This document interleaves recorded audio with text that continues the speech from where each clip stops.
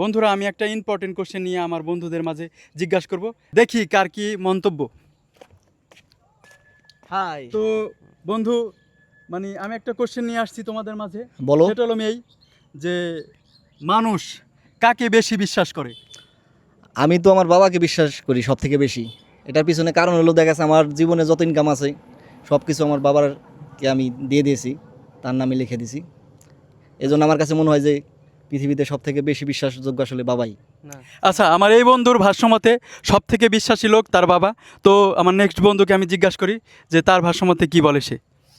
আমার মনে হলো যে ছেলে সন্তানকে দেওয়াটা উচিত, ভাবছি এটাই, এই জন্য দিয়ে দিছি, তাদের নামে সব কিছু দিয়ে দিছি।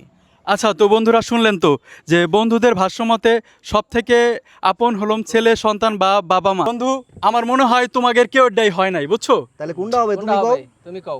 আমার মতে বউ হবে সব থেকে বিশ্বাসী মানুষ, আর একজন আছে নাপিত। বউ বুঝলাম, কিন্তু নাপিত হলো কেমনি? আসলে আমার মূল্যবান সম্পদ জানটা তো ওদের কাছে মাথা নত করে দেই।